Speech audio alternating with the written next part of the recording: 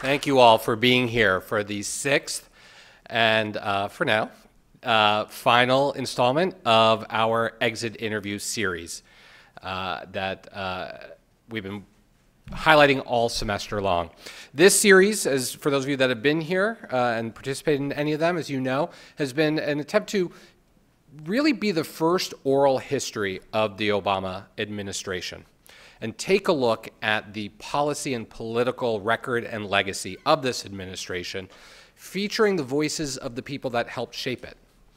We've had Ambassador Susan Rice here to talk about national security, Attorney General Loretta Lynch to talk about social and criminal justice. We had Secretary Sylvia Burwell come to talk about the Obama record on health care reform. We've had David Seamus, the White House political director, here to talk about the political culture in Washington over the past 8 years. And we've had Secretary Jack Lew come to talk about the Obama record on the economy. But I don't think you can have a conversation about the record and legacy of this president and this administration without looking at one of the signature issues that he has focused on over the past 8 years, and that is climate change. It's a very complicated issue, an issue that has forced a look at energy policy, at conservation policy, foreign policy, economic policy have all been woven together in this topic. And with the election results, there are a lot of question marks around it. And so we're very excited tonight to have two leaders of the Obama administration looking at various angles of this topic to explore where we've been over the past few years and potentially where we may be headed. So with that, I hope you will all participate in the conversation using the hashtag #TheExitInterview. And as we've reminded people at all of these events are, while designed to be the first oral history of the Obama administration, are not designed to be an infomercial for the Obama administration. And so we have been putting together counterpoint events featuring prominent Republicans and conservative thought leaders to provide an alternate perspective. The counterpoint event for this conversation will be held this Thursday at noon, 12:30, featuring Jim Connaughton, who was a senior member of the Bush administration dealing with environmental issues, who will provide a different perspective from what we may be hearing tonight. So with that, to make the introduction of our participants, I'm going to invite up Alex Kamhai, who's a freshman in the college from Denver, Colorado, who will properly introduce our participants.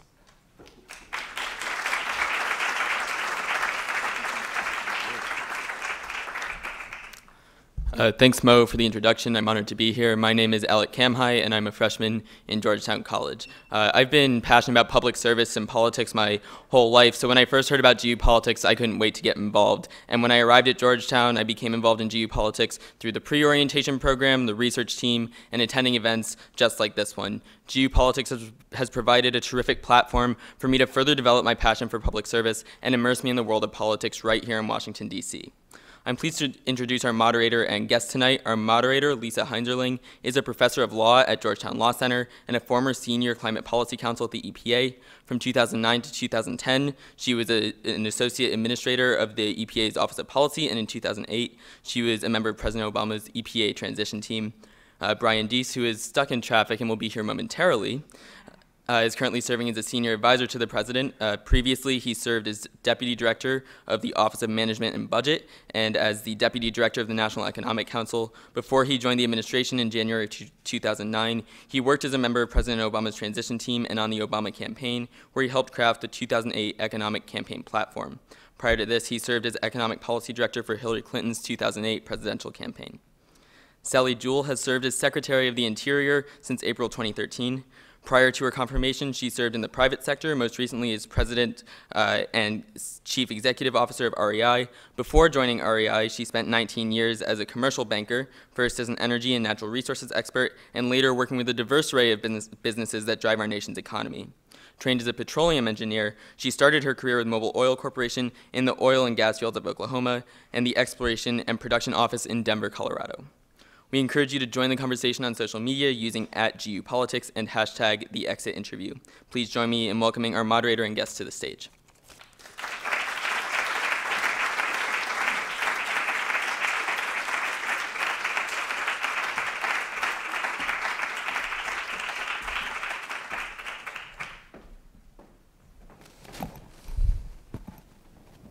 Whitehurst Freeway. Thanks. Right. Hello, everybody. Thanks for being here. Thank you for being here, Secretary Jewell. I thought we might just start talking a little bit about what was just said in your introduction and about how you started as a petroleum engineer and worked in that field and then also were CEO of REI, and just a little bit about that and about things that have struck you now that you're Secretary of Interior, given that background. Well, I certainly would never have started out thinking, I didn't even know this job existed. I'm sure if you're in Georgetown in politics you do, but I didn't. But I mean, I'm an outdoor girl, and I've always appreciated the environment and the great outdoors, and that started as a child, really, growing up in the Pacific Northwest. I'm from Seattle. Some of my most fond memories of childhood were spending these 2-week trips in the great outdoors with Mrs. Black, who led the trips, and taking a dozen 9-year-olds out for 2 weeks takes some fortitude. But she always had grad students from the University of Washington, typically, or other universities that went with us. And 1 week we'd study one type of science, the next week we study another type of science. Could be, tree identification, it could be meteorology. We did archaeology 1 year, marine biology. I did this for several years, and it really, I'd say, gave me an appreciation for the outdoors and nature and sort of how things are linked and knit together. So I use that as kind of a frame because that really has shaped a lot of what I've done in my life. I was going to be a dentist, actually a dental hygienist. That's what you would say in my high school annual, and that's kind of typically, I think a girl trying to fit in to a profession that people understood, but I always loved mechanical things, so ended up switching majors, graduating in mechanical engineering, and working in the mid-'70s on the Alaska pipeline. Not like swinging a hammer on the pipeline itself, but working in a manufacturing plant in Tacoma, Washington, solving engineering problems like how do you drill through permafrost and not have like a cave in and the rig fall down because the mud is hot, the drilling mud is hot, the ground is cold, and it's sitting basically on a bed of ice. So that was fascinating, and that led me to the oil industry, which I did for 3 years until I realized that oil wasn't found in some of the most pleasant places around the world, and I was interested in working internationally. I wasn't, as a woman, allowed on oil rigs anywhere except in Norway, including the United States.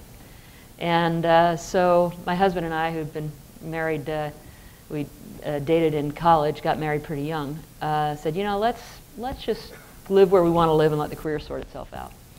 And it was interesting because I learned a lot about our natural resources, how they're produced, the impact on the environment, but also how we rely on them. In my time in Denver, I worked on valuation of oil and gas properties, and that led me to a career in banking, which I did for almost 19 years. I banked ranchers and farmers and oil companies and coal mining companies and silver mines and timber companies. And it's amazing how all of that was sort of out there, fishing companies, and it all kind of knit together when I came to the Department of the Interior. REI, of course, is an outdoor gear company that just opened a store in town, which I've not yet been to. But, it's a company that relies on a clean, healthy environment. And if you take all of that and bundle it together, it kind of is the Department of the Interior, and I just didn't realize I'd been training for this job my whole life. But the background's really useful because nobody can kind of BS you in any of those fields. You do have a sense of how they work, which is useful, but also a sense of just how important and complicated public land management is. Not to mention, as a banker, I worked with Indian tribes, and that's a big part of what I do at the Department of Interior as well, as we oversee the Bureau of Indian Affairs, Bureau of Indian Education. So you'd never set out to start a career this way, but you never know where your journey's going to take you, and I'd say that's a good message for all of you out there, is you're learning stuff that's going to be useful, you're just not sure how. Right. You may be training right now for something wonderful yeah. in 20 years from now. Right. And I think it's also worth talking a little bit about what the Department of the Interior does, because even though we know about it, we might not all understand how deeply involved with matters related to climate and energy the department is. Yeah, so it was kind of lovingly called the Department of Everything Else. In the line of succession, I think the Secretary of Interior is 7th, unless you were born in the UK, as I was, in which case you're ineligible, and you're never going to be the designated survivor. But it was kind of, it started off being the Home Department. It was founded in 1849. That's why we're at 1849 C Street, Northwest. And it was kind of where they threw everything that didn't otherwise neatly fit. So what that has translated to today is oversight of a lot of our nation's public lands. So over 500 million acres of public lands. The Bureau of Land Management would be the largest land management agency. I think Neil Cornsey, who runs the BLM, is in the back corner there. When he stands up, you won't miss him. He's very tall. The National Park Service, of course, and this is a country where we've taken our finest places and not set them aside for kings and queens and you know, the wealthy among us. We've set them aside for everyone, so the national parks are in there. The U.S. Fish and Wildlife Service, which has a mandate to basically keep the species and the species diversity of this country going. So think about the Endangered Species Act and habitat and, you know, wetlands and migratory birds, and all of that is a big part of the Fish and Wildlife Service, but also working internationally on things like wildlife trafficking and stopping the extinction of species that is happening around the world because of human habits, like elephant ivory or rhino horn being two popular ones, but also things you've never heard of, like the bladder of the Totoaba fish in Mexico, which transits through San Diego. So we do that work. Keeping our country's promises to Native Americans is a big part of the department's work. So the Bureau of Indian Affairs, the Bureau of Indian Education are part of our work, but also under President Obama, I chair the White House Council on Native American Affairs, which brings all the cabinet agencies together to uphold our responsibilities. Nice traffic, huh, Brian? You love it? And then we have Water and Science, which is the U.S. Geological Survey. So many of you are familiar with the USGS. If you enjoy Google Earth, I'm sure all of you do. That's brought to you by Landsat, which is a project of USGS and NASA. The Bureau of Reclamation, think water in the West, 17 western states, the Colorado River, the droughts in California, dams and structures like that. We do offshore leasing for wind energy to oil and gas. We do our best to make sure those activities are safe through the Bureau of Ocean Energy Management, the Bureau of Safety and Environmental Enforcement, and the Office of Insular Affairs, which is Virgin Islands, Guam. We don't have Puerto Rico, but we basically advocate for the interests of those who aren't represented fully in Congress, but we have obligations too because they're territories of the United States, America, and Samoa as well. So I probably left something out, but I didn't go through them all, did I? Oh, right, the Office of Surface Mining, Reclamation, and Enforcement, looking at the back corner there, keep me honest. And so think coal mining, how do we keep streams clean and safe? How do you reclaim abandoned mines? How do we regulate effectively in concert with the states? And so that should add up to 10, but I could have left one out, but these guys will keep me honest. So. Thank you. So we were just talking about the scope of work of the Department of the Interior. Brian Deese has arrived now. And maybe before we talk again about the work that the Department of the Interior has done in this administration, it might be nice to hear from Brian Deese what was happening at the end of 2008, beginning of 2009. So we'll be talking about the achievements of the administration and things you've done and things that may be still to come. But it would be, I think, really interesting for the audience to hear what the sort of domestic and international state of play was on climate and energy back then. Sure. Well, first of all, thank you. My apologies for being late. We're going to need to work on improving congestion in the DC area as part of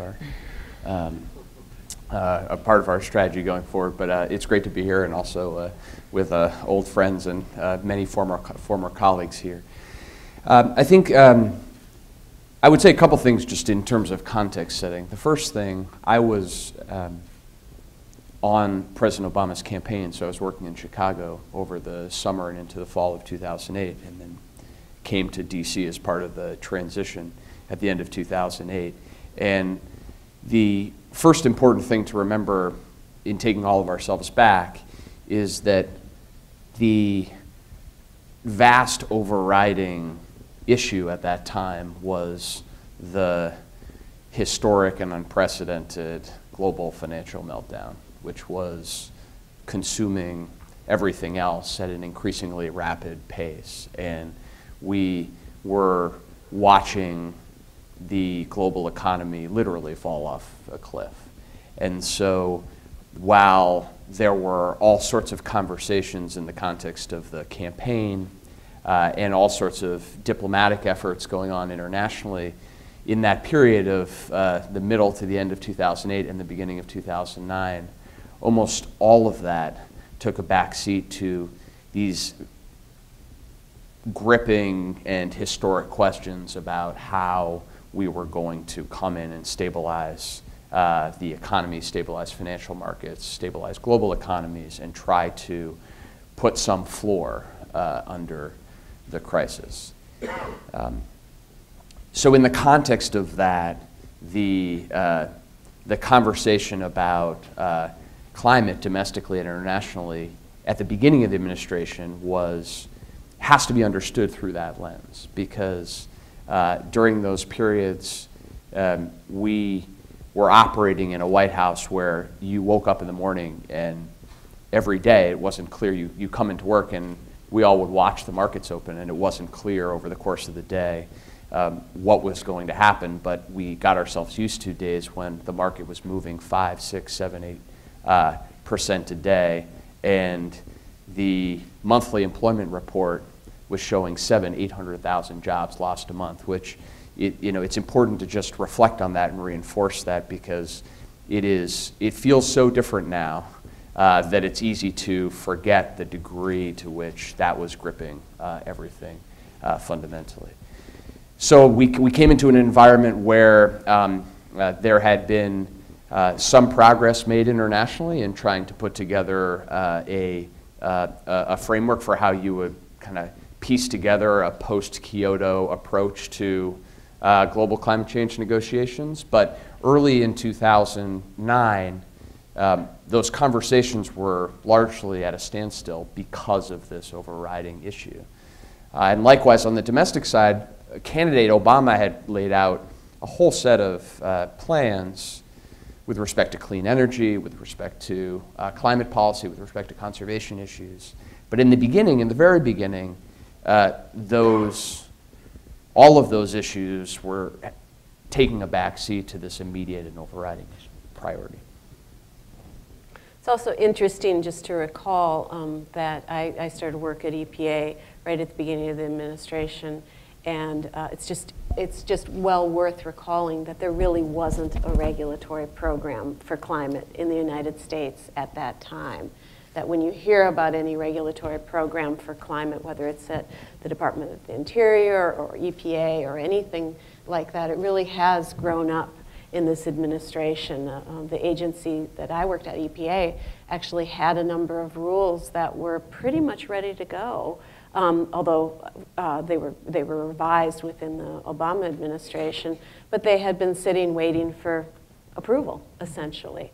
And so it's just worth recalling the kind of primitive state of the regulatory structure for greenhouse gases at that time, in addition to obviously the economic situation.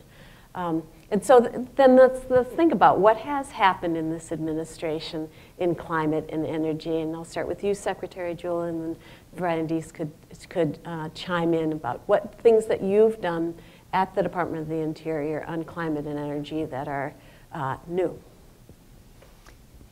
Well, to echo what Brian said, I mean, in early 2009, I had to lay off 900 people. I mean, we did not know if we were entering the second Great Depression around the world. It was very, very bad. And so I applaud this administration for pulling us out of that. My predecessor, Ken Salazar, was the first Secretary of the Interior under President Obama. And he was a strong proponent of clean, green energy and standing up renewables on public lands. So he started an approach to really go from a situation where we'd not had a single solar project on public lands. We didn't have any methodology for leasing public lands or planning for it, to really start operationalizing that across the entire country. Now, unfortunately, we had our own crisis within the Department of the Interior, and that was the massive blowout of the Macondo well and the Deepwater Horizon disaster in the Gulf of Mexico, spewing 6 million barrels of oil into the Gulf over 87 days. That consumed Secretary Salazar and many of our folks, but it also shone a spotlight on the importance of safety and separation of duties within government agencies that were there to oversee these activities. At the time of the transition, there was a group in Interior called the Minerals Management Service, and it was embroiled in some well-publicized scandals. So the team under Ken Salazar had to clean that up and said, what's the right way to structure this so the fox isn't guarding the hen house? The Office of Natural Resources Revenue was established. We separated those who were writing permits from those who were enforcing safety. The Bureau of Ocean Energy Management and the Bureau of Safety and Environmental Enforcement were created. And that has promulgated a much safer offshore industry and more effective way of ensuring that we're doing the right thing for taxpayers and the environment onshore. But we inherited regulations that were the same regulations that were in place when I was in the oil industry in the late 70s. We inherited rules that were written when fracking is what you did to a single well, and not something that was done now on a horizontally drilled well that might go 2 miles, using hundreds of millions of gallons of liquid, not that you could haul in a few tanker trucks. And so we needed to update regulations, and we did that to support the president's climate agenda, but also to make sure that as we were extracting resources, it was done in a safe and responsible way. So just quickly started a offshore leasing program for wind energy in the Atlantic. We now have 7 competitive leases that have been let to companies to put wind energy in offshore, deconflicting those areas up front, mapping out the California desert with the Desert Renewable Energy Conservation Plan, permitting 60 renewable energy projects from basically a standing start. These are things that were established that both support regulations on things like methane venting and flaring, which we're doing in conjunction with the rules EPA is promulgating, to really creating an environment where we've got the ability to transition to a cleaner energy economy, and all of that has been a big part of our portfolio. Well, I think there's a bit of a popular narrative that the arc of climate policy in the Obama administration grew out of the failure of cap and trade and trying to put the pieces back together. And I think that actually oversimplifies it, so it's helpful to go back. Because if you start where I left off, that the economy is in free fall and we're in this moment in January, February, even early on, the administration and the president was looking for ways to try to prioritize this issue and move this issue onto the agenda, understanding that it was going to be a multi-year effort. So less than a month into the administration, we passed the Recovery Act. And the Recovery Act is now known for lots of things, including being the largest fiscal stimulus in the history of the country. But it was also the largest investment in clean energy R&D, and also applied technologies in our country's history. And if you will get to, I think, where we are now and going forward, but if you look at what has happened to the price of deployed renewable technologies over the course of the last 5, 6, 7 years, there's 2 things that are interesting about it. The first is the prices have come down faster than anybody predicted. Even all of the smartest and most well-researched Wall Street analysts were not projecting the kind of price declines we're seeing. That's number one. And number two, you can draw a connection between basic research investments and deployed research investments coming out of the Recovery Act and the trajectory of those cost declines. And that happened within a month of the president taking office. Second thing was that very early on, the EPA and DOT identified an opportunity to update fuel economy standards. And so by the spring of 2009, had worked in a very creative but also intense process to get the automakers and California and the federal regulatory apparatus into a place where for the first time in 30 years, we're actually affirmatively increasing fuel economy standards and doing it in a way that provided the industry certainty and helped harmonize regulations across the entire country. So to your point, starting to build a regulatory infrastructure that was incorporating climate, that happened within the first 6 months of the administration. I remember standing in the Rose Garden when the president came out to make that announcement with all of the automakers behind there. You were probably there as well. And thinking to myself, I don't know whether this will be the most significant thing that the president can get done in his first term on climate. But if it is, this will be a pretty important accomplishment. Again, that within the first 6 months. Then there was a period where, because of the makeup in Congress, there was an opportunity to try to actually get a national legislative solution in the context of cap and trade. And there was the now well understood effort to pass cap and trade in the House, and it didn't get through in the Senate, and that there was that failure at a legislative level.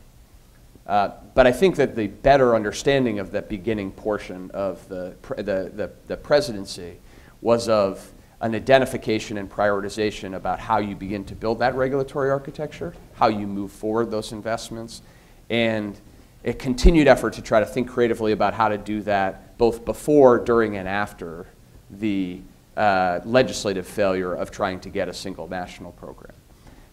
Obviously, in the second chapter of that story, we get to the President's Climate Action Plan and the full articulation of that approach with the Clean Power Plan and otherwise. But I think that it's important to understand that first chapter as not so simply Obama and the Democratic Congress tried to get cap and trade, failed, and then said, what now, and sought a new solution. It was much more nuanced than that. Absolutely. I mean, I can vouch for that. Having been at EPA, there were, within the first 6 months, there was the agreement on automobiles and emission reductions, the proposed endangerment finding that triggered regulation under the Clean Air Act, regulation of greenhouse gases, rules on gasoline, rules on reporting greenhouse gases, and all those were pieces of the legislation that was under consideration. And so there was this kind of sequenced effort ongoing even while legislation was being deliberated on. I think it would be interesting to hear from both of you about the charge, if any, you have gotten from the president and perhaps his aides on climate and energy, or whether you could share with us any sense of what you were expected to do or asked to do in your respective jobs. And I think one of the things that's interesting about having both of you here is that Secretary Jewell, you're obviously the head of a huge and powerful agency, and that's a different role from being in the White House. And so it would be interesting to hear your perspective. It's pretty straightforward. Brian asks and I do. Yeah. I let her go first because what I was going to say is it's straightforward. I work for Secretary Jewell. Do you want to jump in? Yeah, look, I'll start with that. I think that I'll answer that question by maybe filling out the arc. If you go back and you look at the president's second inaugural address, you'll see in that he prioritized and elevated climate change in a way that was notable. He wrote that address by himself, and that was an articulation for him of trying to send a signal of where he wanted to place priority going forward. Again, there had been priority placed up until that point, but I think after the 2012 election, and assessing where we had made the most significant progress and where we still have the opportunity to make significantly more. The president decided that he wanted to increase the degree to which he was putting his own personal capital, political capital, on the line, both domestically and internationally, to try to increase the ambition of what the United States could achieve in the climate space. And he was clear about that. And the charge that came subsequently to develop the climate action plan that he announced publicly in the summer of 2013 was really a reflection of the arc of all of the work that had happened to date, but put it in clearer terms with his direct imprimatur on it and saying, this is my climate action plan and I am going to prioritize that. You saw that likewise in the international space, where the president went to the Copenhagen International Climate Conference in 2009, a chaotic and well-told story where he and Secretary Clinton were literally running around the venue and busting into meetings with the Chinese and other countries, trying to salvage something out of that meeting.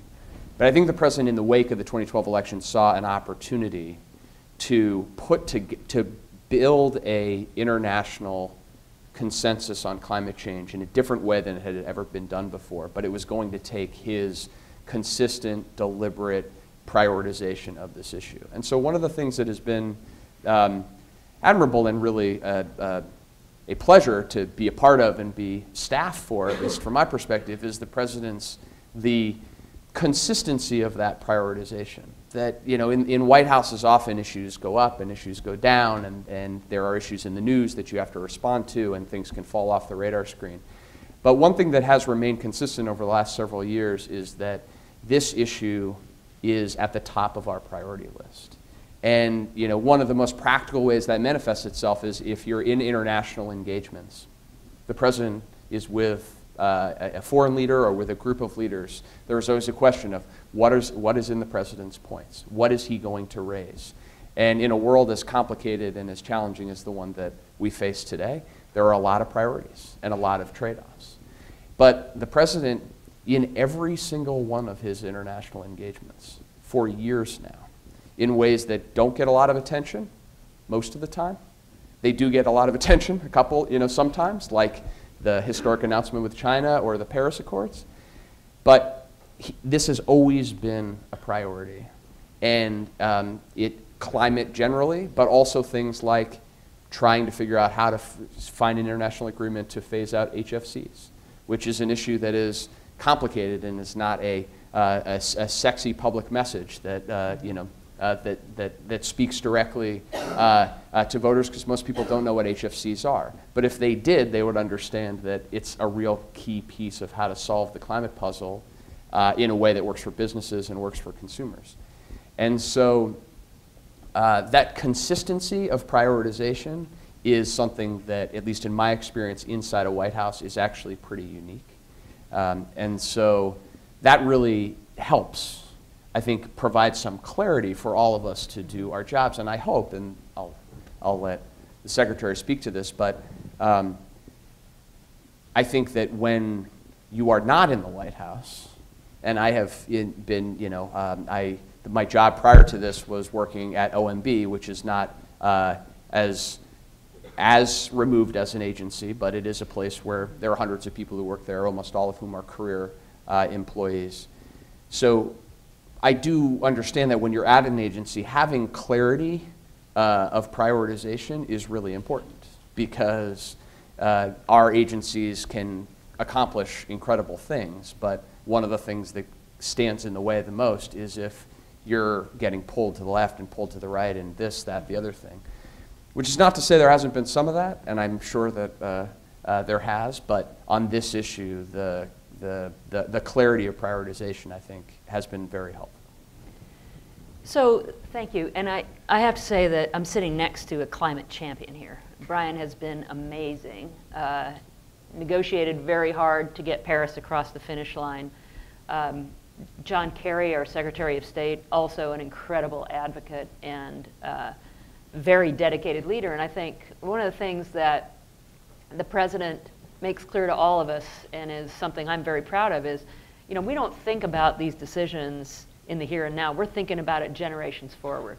What are the right decisions that we can make today that will create a brighter future, not just for the people in this room, but for your descendants for many generations to come? And that is a lens that we look at all of our decisions through. I have to say that, you know, when you've got clarity from the White House, how you translate that down to a large agency, the Interior, 71,000 employees, is tricky. But it means incorporating climate change into everything that you do, and that's exactly what we have done. It means supporting your scientists and giving them the tools to give you the tools to manage your lands and your landscapes effectively. It also means working with the White House on, hey, here's what's happening on the ground. So we were provided an opportunity to help shape the President's Climate Action Plan speech. Couldn't leave the White House. That meant we had to sit in the White House, which is fine. It's crowded, but you know, it's energetic. But they allowed us to sort of weigh in with real examples that helped, I think, contextualize the things that we all knew we wanted to accomplish. Superstorm Sandy, some of you may have been on the East Coast when that happened, some not. Massive impact, obviously, to the eastern seaboard, particularly sort of New York, New Jersey, and the coastline up there. And we learned lessons from that on how a major storm event could be mitigated through thoughtful public land design, like green infrastructure, like wetlands and barrier islands and natural breaks that were there for a reason until we built on them. And those are all things that we've been able to support the President's Climate Action Plan, but also work into everything that we do. Every national park has its own climate action plan. On our public lands, the Bureau of Land Management, with its 200 and some million acres, sees droughts and forest fires and invasive species that are all impacted by climate change.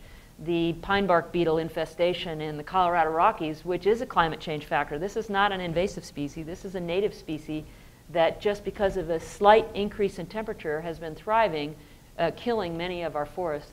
These are stories that we can bring to the table, we can bring to Congress, we can help quantify what's happening on the ground so that it provides our legislators and our policymakers within the departments and elsewhere the kind of ammunition they need to make a case that the climate change train has left the station.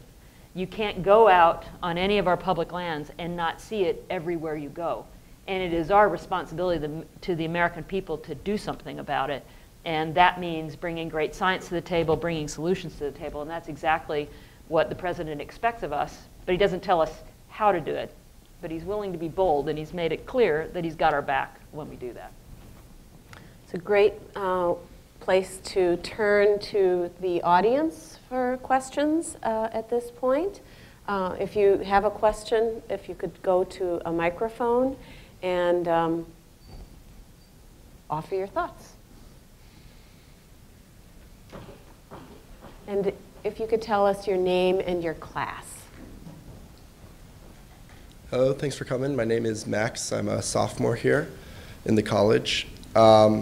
Where do you think there's the most room to improve on the environmental front in Trump administration, if there is any?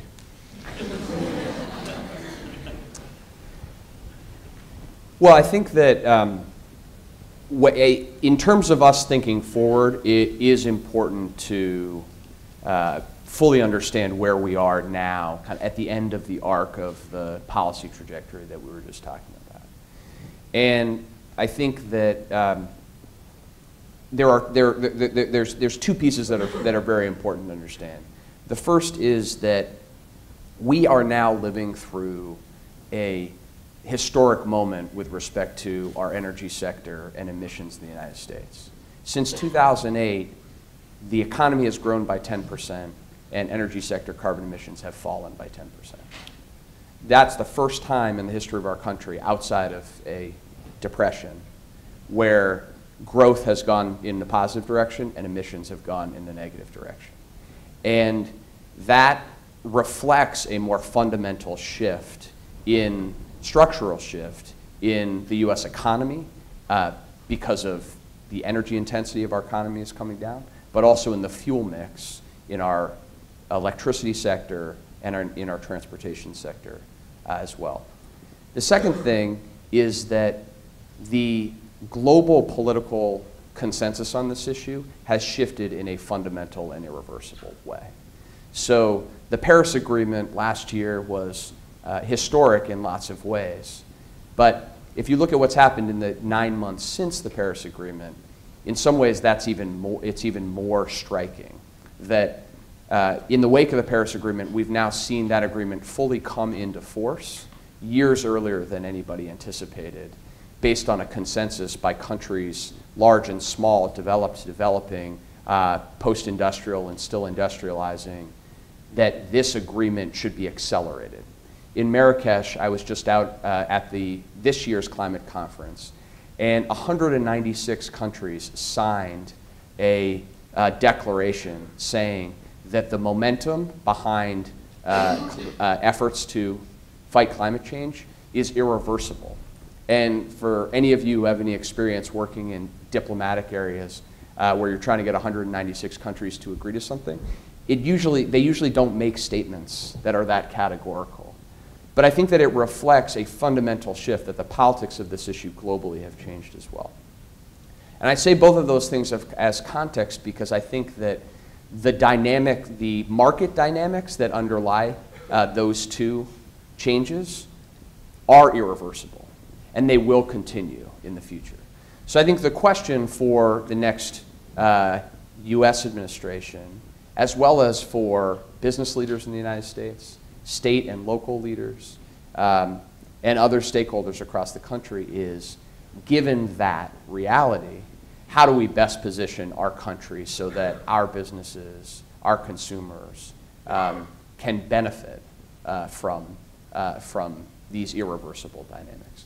And there's extraordinary opportunity to do that if the question is viewed from that perspective. And there's an understanding that, for example, the Paris Agreement is not going anywhere. The Paris Agreement will continue to be the global driver of climate change action. The real question is the United States going to be at the table to make sure that we're holding other countries accountable and that our businesses, our industries, and otherwise are protected against negative things that could come our way as well.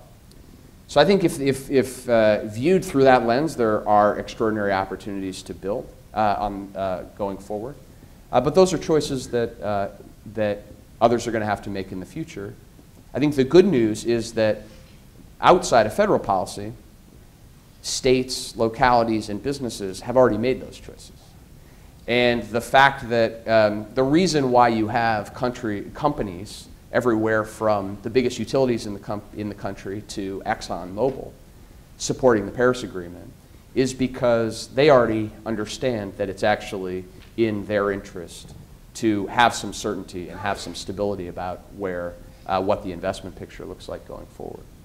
So I think that we can take a lot from the fact that not only are these trends going to continue, but a lot of the most important stakeholders in the US have already made the decision to go forward.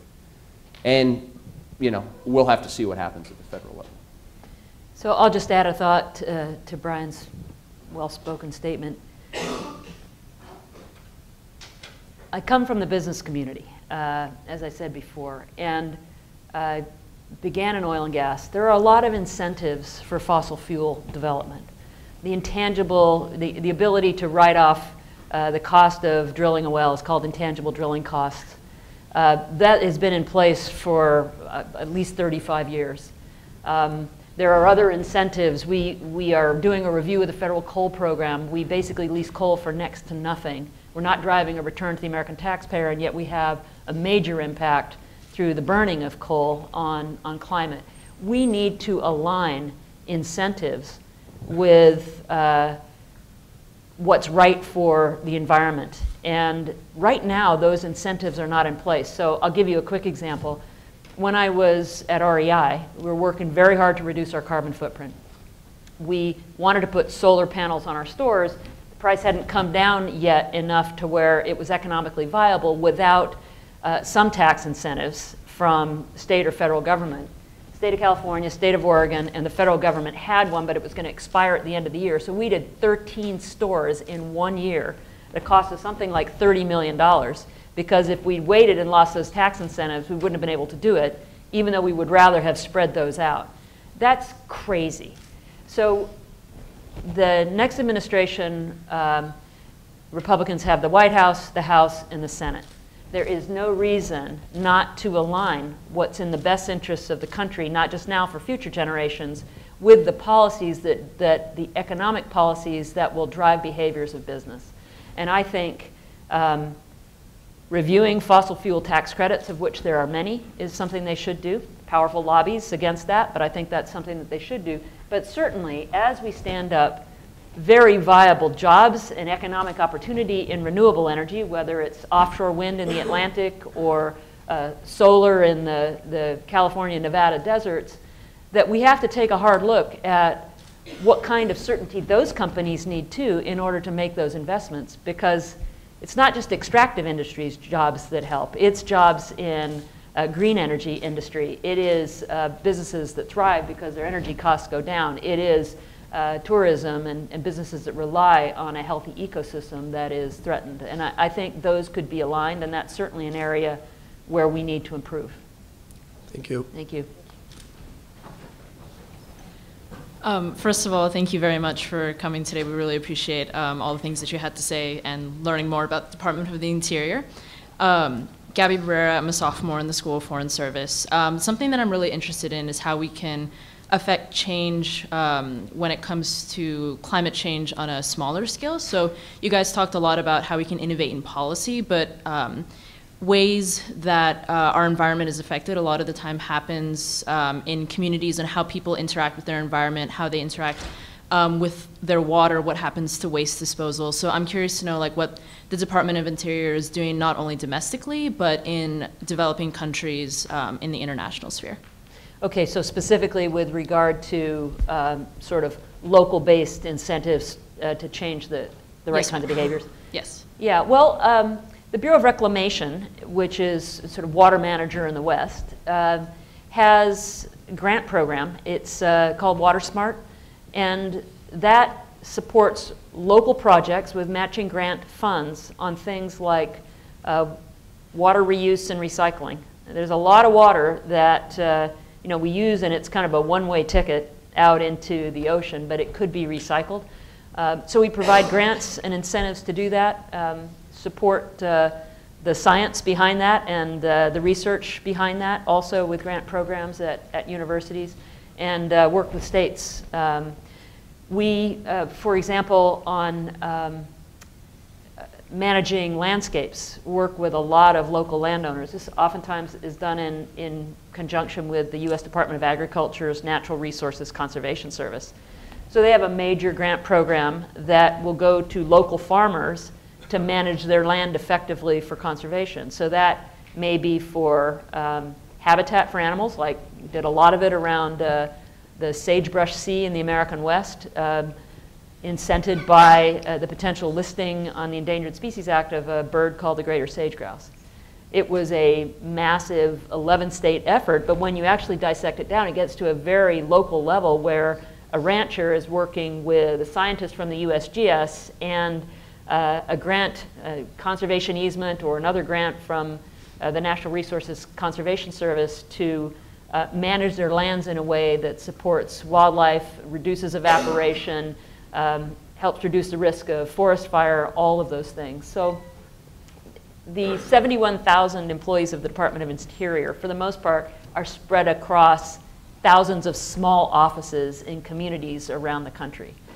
And as they partner with those communities to understand what the issues are on the ground, they can share the expertise. And I know this happens in USDA as well, in irrigation practices and even the types of crops that are grown and the types of impact that they might have on the landscape to try and drive the right kinds of behavior. So I hope that's getting at your question. It's just there's a lot that's low down, there's a lot that's at the policy level, and it all kind of knits together to really build an army of people that are rowing in the same direction to create a healthier environment for the future. Thank you. Thank you. Hi, I think Gabby's question and you're speaking to the army of people is very much related to my question. Thank you for being here. My name is Kelly. I am a first-year student in the McCourt School of Public Policy. And just with the current news of the day with the Dakota Access Pipeline, I would love to hear you both speak to how you see the outgoing administration interacting specifically with this issue that has so much public attention, and potentially also see how you see the incoming administration reacting to it, or what policy changes we can expect. You want me to start? Okay. For those of you that aren't aware, there is a Army Corps of Engineers permit required for a pipeline that's to carry Bakken crude oil from the oil fields in North Dakota to points in the Midwest where it would be refined.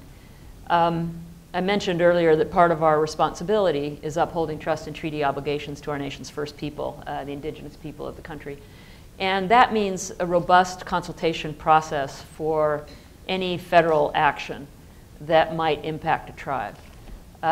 In the case of the Dakota Access Pipeline, the Standing Rock Sioux Tribe and Cheyenne River Sioux Tribe have expressed concerns to the Army Corps of Engineers that there was not adequate consultation that took into account the risk to their water supply of this pipeline, nor the impact of the pipeline on its sacred sites, both of which are obligations that the U.S. government has to them. So that is, the Army Corps of Engineers is the permitting agency. They have not yet issued an easement for the pipeline to cross Lake Oahe, which is a dammed up section of the Missouri River. So that's in active negotiations, and I think that what has happened as a result of the visibility around this issue is tremendous solidarity among tribes coming together saying, we don't want consultations with us to be a check-the-box exercise when you've already decided your route. That authentic consultations with us are important so that our interests can be taken into account.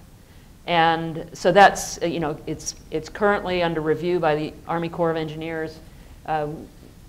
We launched a process about 8 weeks ago, I think, to actually take a hard look. We asked all the federal agencies that do permitting on public lands to join in the effort. They all did, to meet with tribes, and we've had 6 meetings across the country to say, how's it working, the consultation process, what are your expectations, how do we need to change that in the future so we don't end up in a dispute like we are right now. But, the Army Corps, I'm sure, will take appropriate action, taking the concerns of the tribe into account, the tribes into account, as well as the interests of the company issuing the permit, and they'll be coming up with a decision that, I hope will satisfy those that have expressed concerns, because it will be very well thought out. Thank you. Hi, my name is Bella. I'm a senior in the School of Foreign Service. Thank you both so much for being here. I feel very lucky to have seen you speak. Thank you for everything that you've done with the administration. I sort of just wanted to go back to your response to the first question a little bit. You both express like a good amount of optimism, it seems like, that there is sort of this logical, business-minded argument for like an aggressive stance on climate change. However, that's sort of like contrary to the rhetoric that we're hearing, especially like in the election and things like that. So I'm wondering, you guys are meeting with the people that are, sort of like fueling this rhetoric, and I'm wondering if you have any sort of like concrete hope that you can offer us from interactions that you've had with these people who are sort of like fueling that rhetoric. So one of the great things about our democracy, in fact, one of the central things that sets us apart from many other countries in the world, is that we've figured out this peaceful transition of power thing and have gotten pretty good at it over the course of 200 plus years. And one of the principal virtues of that is that during a transition, we have one president at a time, which means that right now, President Obama is the president, and we are executing against the agenda and the priorities that he sets. And on January 21st, that will no longer be the case. And so neither Sally nor I can, nor would we attempt to speak for what the future administration, the future president will do. And we are uniquely situated such that it's not our role to do so. So I can't offer you any particular hope or despair or otherwise, other than to say a couple things about where we are now. And one thing I will say as an aside is I've been on both sides of this. I was, as I mentioned, I was on the Obama campaign in Chicago. I came back here and was sitting in a transition office while the outgoing administration was still there, and we were transitioning from a Republican president to a Democratic president. And one of the things that I will always remember as one of my first experiences in government was the professionalism and graciousness of the outgoing Bush administration in taking seriously this responsibility of transition. And so I think one of the things the president has made clear to us and that we are embodying in our work day to day is that regardless of what else is happening in the world, we are taking seriously with professionalism this role of transitioning government. So that said, with all that said,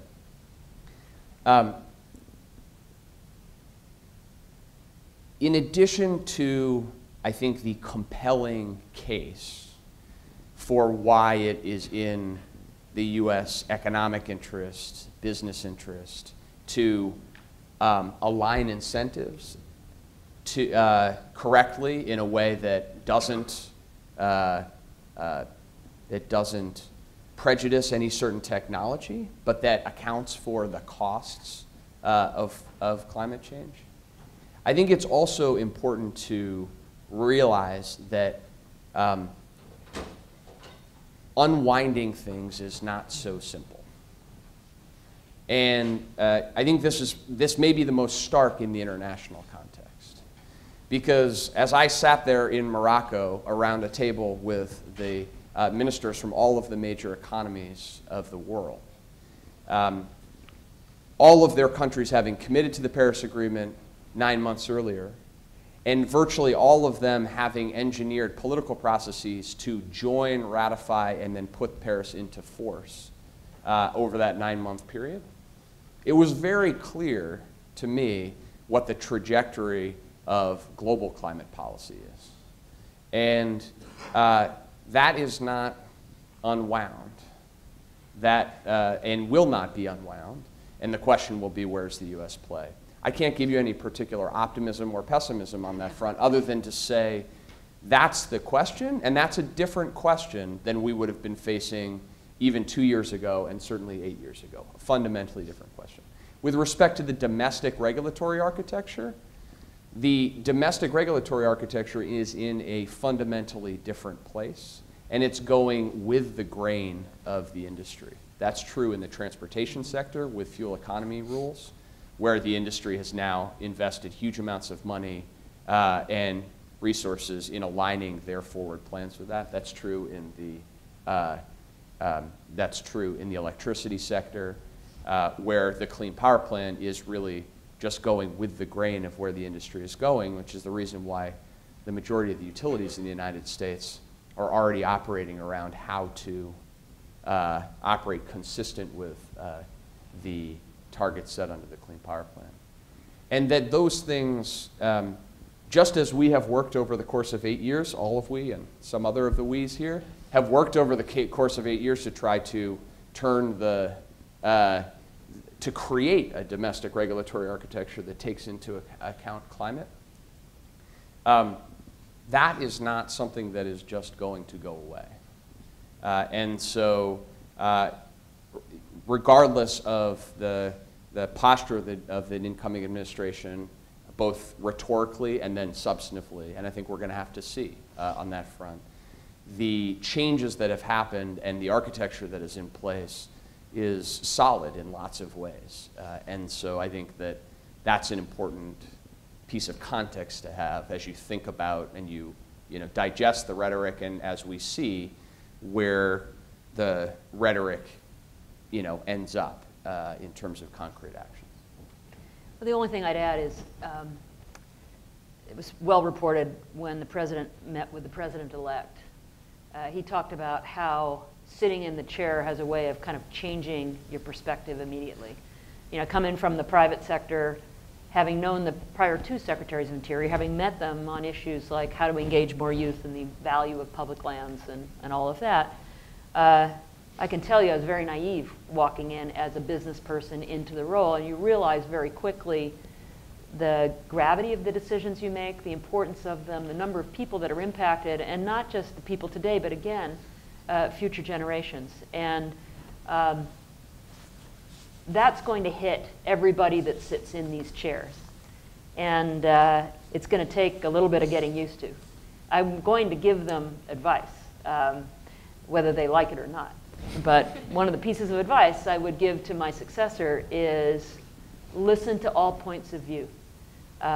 Make sure that there will be people that will want you to make a decision that they want you to make, and they'll give you just enough information to make that decision. And it's going to be your responsibility to seek out all those different points of view so that you can make that reasoned judgment. And anybody that sits in these chairs is going to find that out very quickly. If they surround themselves with people that only give them part of the story, they're quickly going to learn that there are checks and balances in our system that have a way of correcting that. And as I mentioned earlier, some of the regulations that my teammates, particularly in the BLM and the Office of Surface Mining and the offshore agencies, have upgraded after 30 years. It took us years to get those updated and through the process of regulatory reform. That can't be undone easily. And you are citizens, and your voices are very important, and it's going to be your job, as it will be my job and Brian's, to hold this administration accountable for what we want to see happen. That is how democracy works. So, I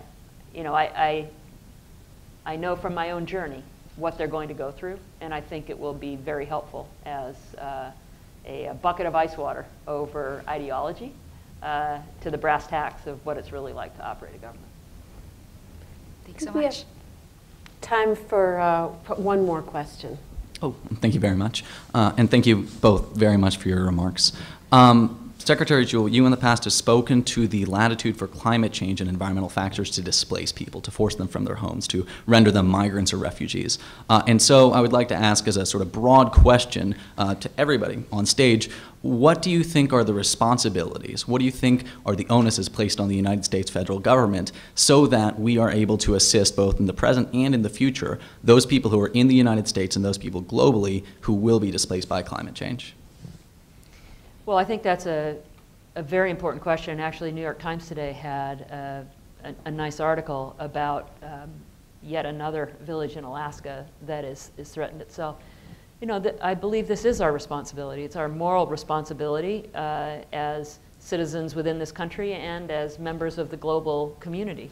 It is our moral responsibility to take action to reduce greenhouse gases that are accelerating the issues that we see around sea level rise and so on. But in the cases of the village I visited in Alaska, the village of Kivalina, that's getting battered by sea level rise and ice moving out, it's going to be too late. They're going to have to make a decision about whether they want to relocate or whether they want to split up. And the costs of doing that, I do think, are going to require the help of the state, the help of the federal government, as well as the engagement by local citizens. We put money in the 2017 president's budget to begin to make some meaningful progress on that. I think it's going to require an act of Congress to support that. Another example in the Pacific Islands, the Bikini Atoll was bombed to pieces by us as a test range and so on during World War II. We signed an agreement to support relocation of people from Bikini to other locations, but those locations are, in many cases, just 6 feet above sea level. we have a moral and a legal responsibility to address that. So it can't be done by just cobbling together bits and pieces of the budget. It has to be congressional action. But I think it's something that the world is going to have to face, and we will face it one way or the other, either in the form of refugees coming from other parts of the world and coastal communities inland, or in challenges and very appropriate challenges to our responsibilities to our own citizens. Look, I think there's no question it's a responsibility that we are going to have to meet as a country and as a global community. I think it's going to force hard decisions, policy decisions for the United States as a country in the years going forward. We are much better as a country in figuring out how to clean up and repair after terrible things happen than we are to build resilience to and avoid those bad outcomes as a general rule. And so we're going to have to ask ourselves very difficult questions, whether it's through flood insurance or it's through disaster funding or otherwise, how we can get ahead of this storm. We paid out more than $27 billion in post-disaster assistance so far this year already, and this is a year where we haven't had a Superstorm Sandy, but if you normalize across the years, that cost is just going exponentially. And so we're going to pay this cost one way or another, and we're going to have to face some difficult questions as a country of whether we pay it smart by creating the right incentives and the right strategies on the front end. And I don't want to minimize the challenge associated with that. This is some of we talk about the local impact in another question. This is some of the hardest policy work that's out there, because what you're actually asking is to bear that cost for communities on the front end before the waves roll over Kivalina or Shishmaref, or before the communities in Louisiana literally don't have land under their feet. And there are lots of people. My parents live on a barrier island. There are lots of people who don't want to make the choice to leave before there is nothing left. And so these are not choices that you can make sitting, in Washington, D.C. or sitting in comfortable chairs somewhere without getting down into these communities and having engagement that is real and that asks these questions in a very difficult way. The one thing I would say about internationally as well, we're going to have to, as a global community, shift more of our resources to addressing adaptation challenges, even as we figure out how to address mitigation challenges. But one thing, if you want some optimism, an additional layer of optimism, that I think there were lots of things that came out of the Paris Agreement that were positive, but one of the things that I think is the least identified, but perhaps the most inspiring, is that the countries that are the most at risk from immediate dislocation, countries that are literally projected not to exist in 15, 20, 25, 30 years, found a way to come together and create a political voice and constituency around addressing the climate threat more aggressively now. So the push for 1.5 degrees as a objective within the Paris Agreement, not just the 2-degree target, came from the momentum of countries like Kiribati and the Marshall Islands saying, it's not enough for you to figure out a way to cobble some money together to build a relocated area in Fiji so that when our island no longer exists, our people have a place to live. That's not sufficient as a global community to address the existential threat we face. The only thing that's sufficient is that you do even more and are more aggressive and more ambitious at addressing the climate threat itself. And I think that reflects profound political courage, and the fact that that was also effective on the global scale should also give everybody some confidence that when you take profound political courage and you mobilize it as part of a movement, you can actually accomplish important things in this space. It's a wonderful note to end on. Thank you. Thank you all for coming, and thanks to Brian Deese and Secretary Jewell for coming and spending an evening with us. We really appreciate it.